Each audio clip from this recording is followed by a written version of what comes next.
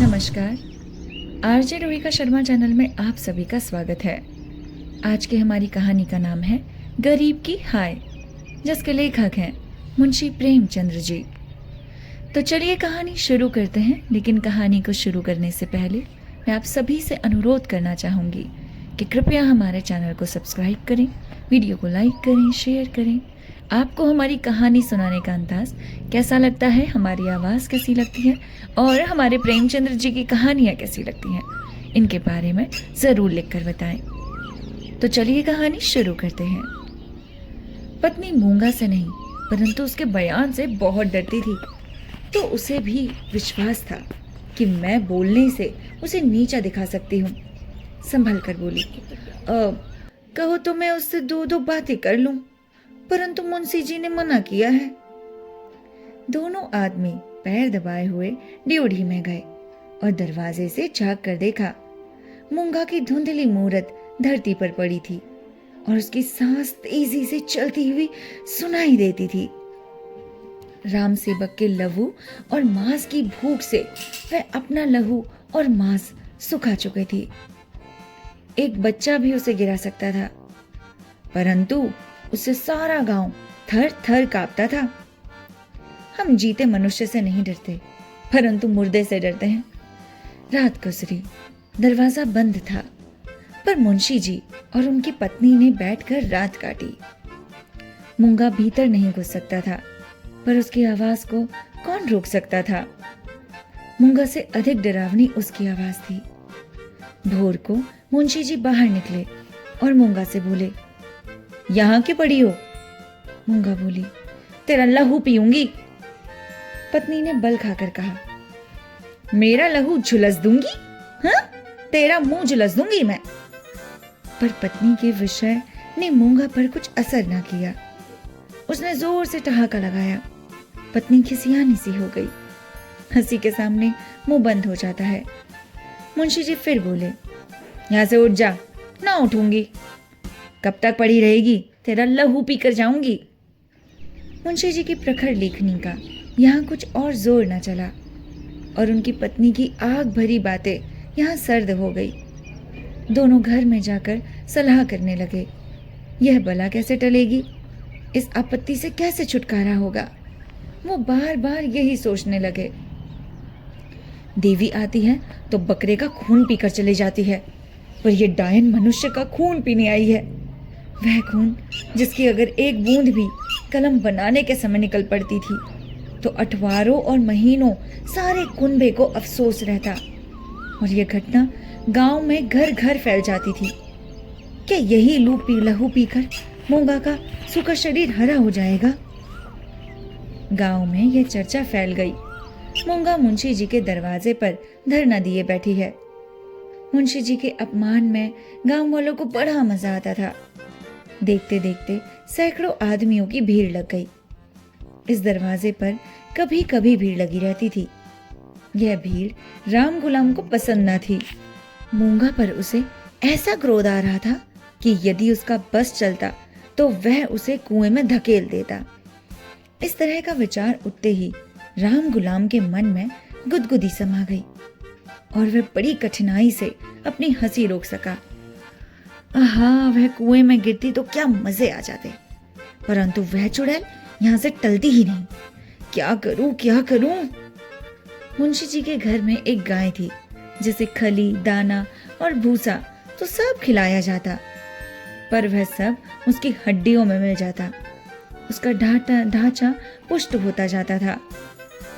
राम गुलाम ने उसी गाय का गोबर एक हांडी में घोला और सबका एक बेचारी मूंगा पर उड़ेल दिया। उसके थोड़े बहुत छींटे दर्शकों पर भी डाल दिए। बेचारी मूंगा लपटप हो गई और लोग भाग खड़े हुए। कहने लगे, यह मुंशी राम गुलाम का दरवाजा है।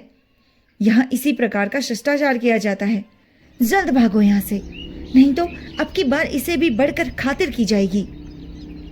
इधर भीड़ कम हुई, उधर राम गुलाम घर में जाकर खूब हंसा और तालियां बजाई।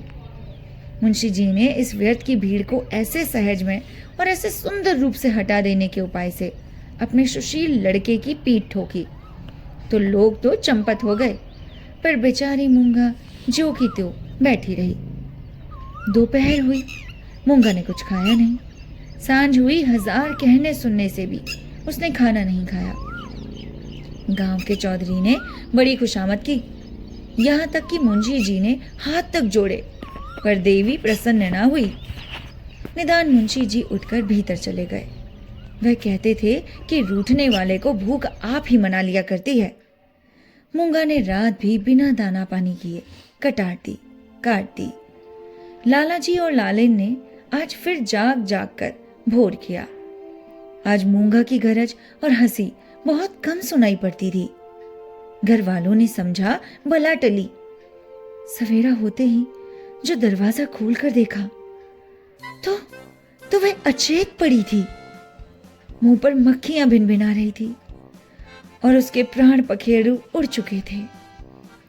वह इस दरवाजे पर मरने ही आई थी। जिसने उसके जीवन की जमा पूंजी हर ली थी, उसी को अपनी जान सौंप दी। अपने शरीर की मिट्टी उसको भेंट कर दी। धन से मनुष्य को कितना प्रेम होता है। धन अपनी जान से भी प्यारा होता है, विशेषकर बुढ़ापे में। ऋण चुकाने के दिन जो जो प्यास आते हैं, त्यों तो उसका ब्याज बढ़ता जाता है।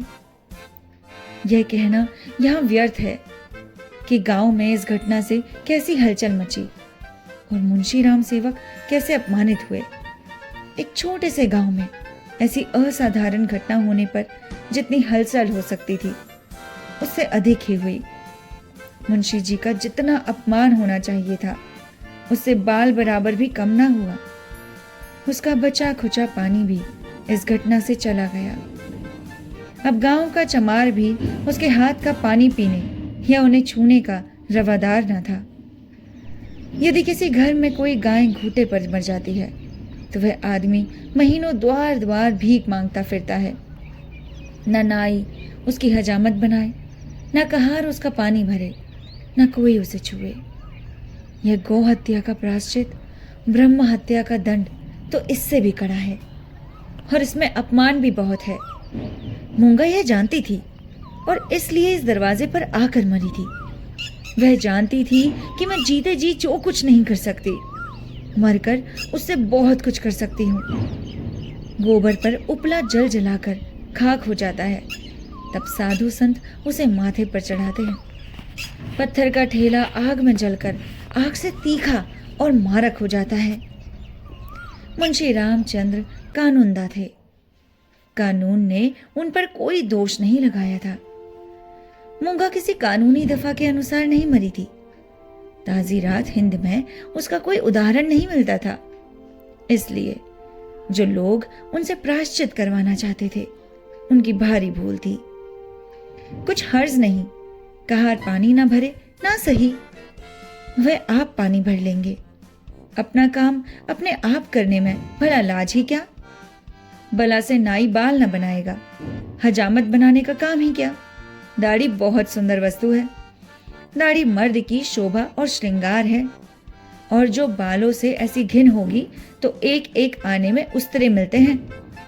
धोबी कपड़े ना धोएगा, इसकी भी कुछ परवाह नहीं। साबुन तो गली गली कौड़ियों के मोल आता है। एक बट्टी साबुन में दर्जनों कपड़े ऐसे साफ हो जाते हैं जैसे बगुला के पर। धोबी के खाक ऐसा कपड़ा साफ धोएगा?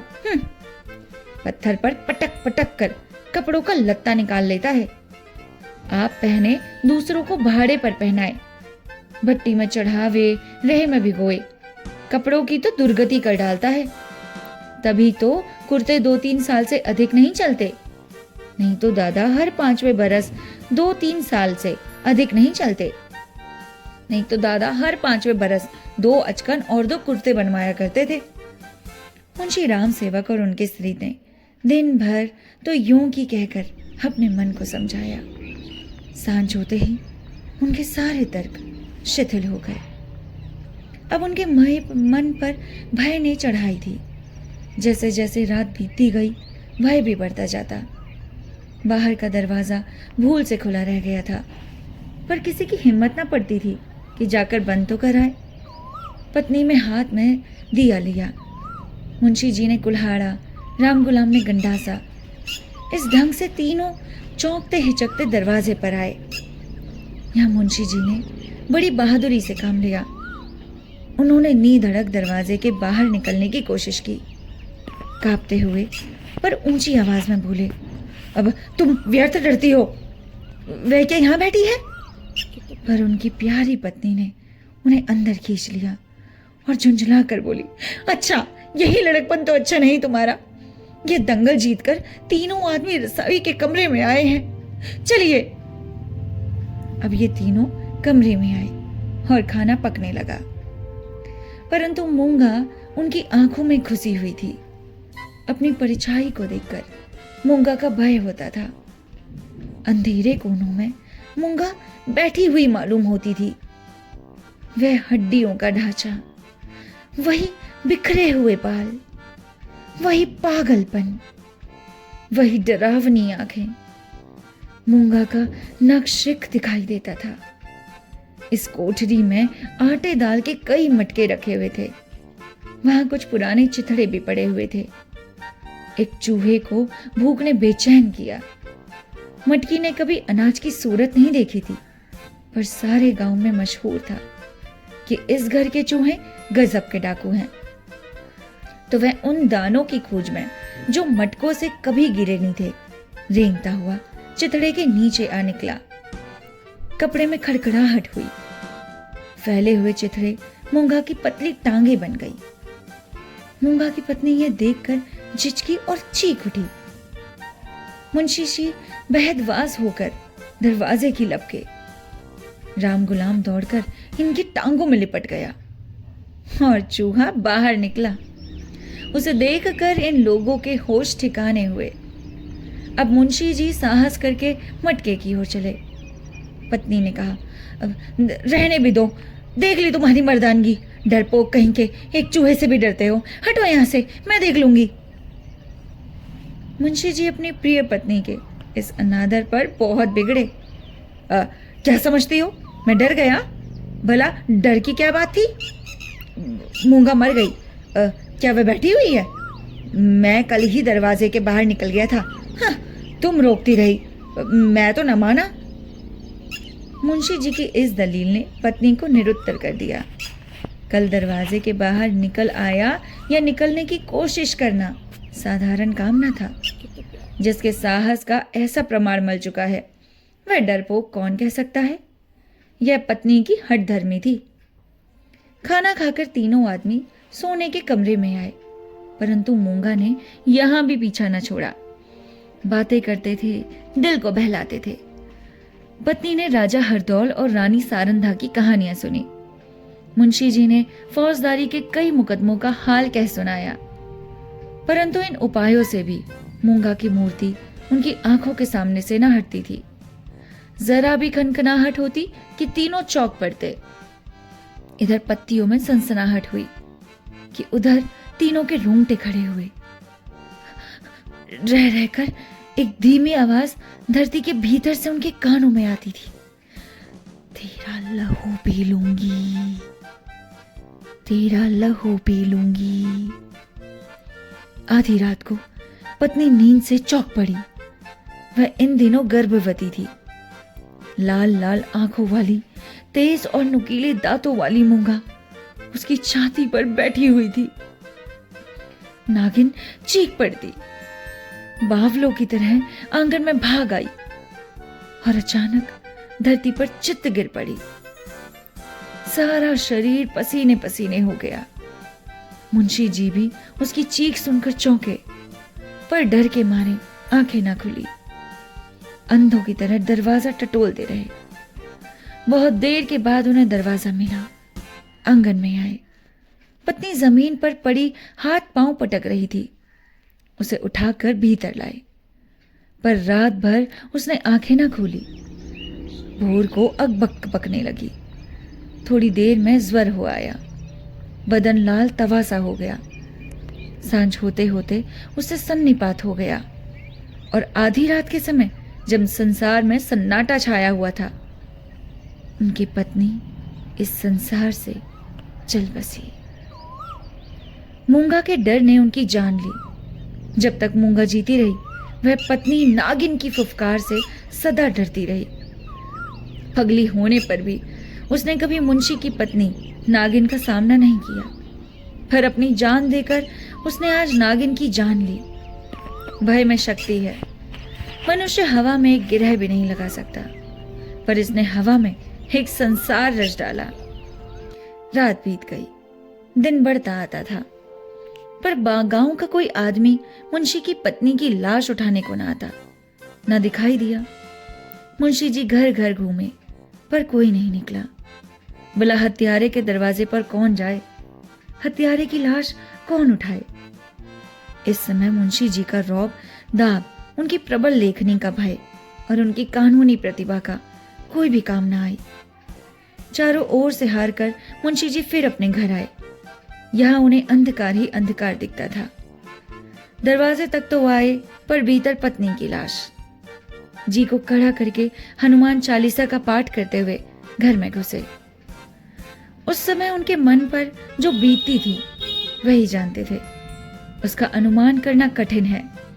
घर में लाश पड़ी हुई, ना कोई आगे ना पीछे। दूसरा ब्याह तो हो सकता था, अभी इसी फागुन में तो 50वां लगा है, पर ऐसी सुयोग्य और मीठी बोलने वाली स्त्री कहां मिलेगी। अफसोस, अब तगादा करने वालों से बहस कौन करेगा, कौन उन्हें निरुत्तर करेगा। लेन देन का हिसाब किताब कौन इतनी खूबी से करेगा। किसकी कही आवाज तीर की तरह तगादेरों की छाती में चुभेगी। यह नुकसान अब पूरा नहीं हो सकता। दूसरे दिन मुंशी जी लाश को ठेले पर गाड़ी पर लाद कर गंगा जी की तरफ चले। यह है हमारी कहानी का पार्ट 1। पार्ट 2 मैं आपके साथ कल शेयर करूंगी। तब तक के लिए आप हमारे चैनल को सब्सक्राइब जरूर कीजिएगा, क्योंकि ऐसी ही स्टोरीज हम सुनाते रहते हैं। तो चलिए सब्सक्राइब कीजिए, लाइक कीजिए, शेयर कीजिए, तभी तो आगे रीच पड़ेगी, तभी तो मुझे मोटिवेशन मिलेगी ना गाइज। ऐसे तो मोटिवेशन मिलने से नहीं, क्योंकि जब तक आप लोग अपना प्यार नहीं दिखाते, जब तक मुझे यूट्यूब थोड़ी सी सराहना नहीं देता कि अरे आप अच्छा काम कर रहे हो, तब तक मैं कैसे काम करूंगी। नहीं कर पाता कोई भी बंदा काम, आप भी नहीं कर पाओगे। तो कृपया करके सब्सक्राइब करो, लाइक करो, शेयर करो, कमेंट करो, भर भर के कमेंट करो। अच्छा लगा वो भी बताओ, नहीं लगा वो भी बताओ, इंप्रूव करेंगे यार। चलिए मिलते हैं नेक्स्ट कहानी के साथ। तब तक के लिए नमस्कार, अपना ख्याल रखिएगा।